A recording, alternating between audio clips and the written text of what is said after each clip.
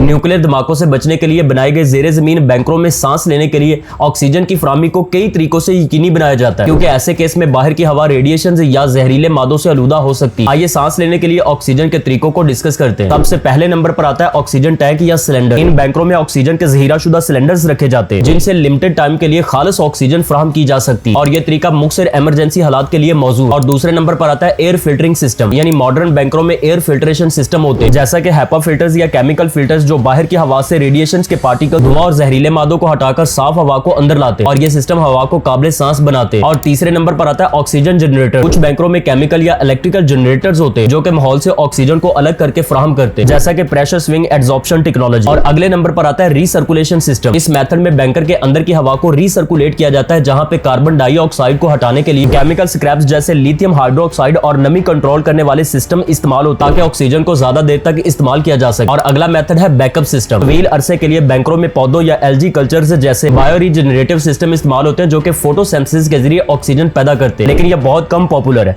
इन systems की कारकर्दगी banker के डिजाइन, इनके वसाइल और रिहायशियों की तादाद पर मुनहसर होती है। आमतौर पर जदीद बैंकर्स में एक से ज्यादा सिस्टम का इम्तिजाज होता है, ताकि ऑक्सीजन की मुसलसल फराहमी यकीनी बनाई जा सके।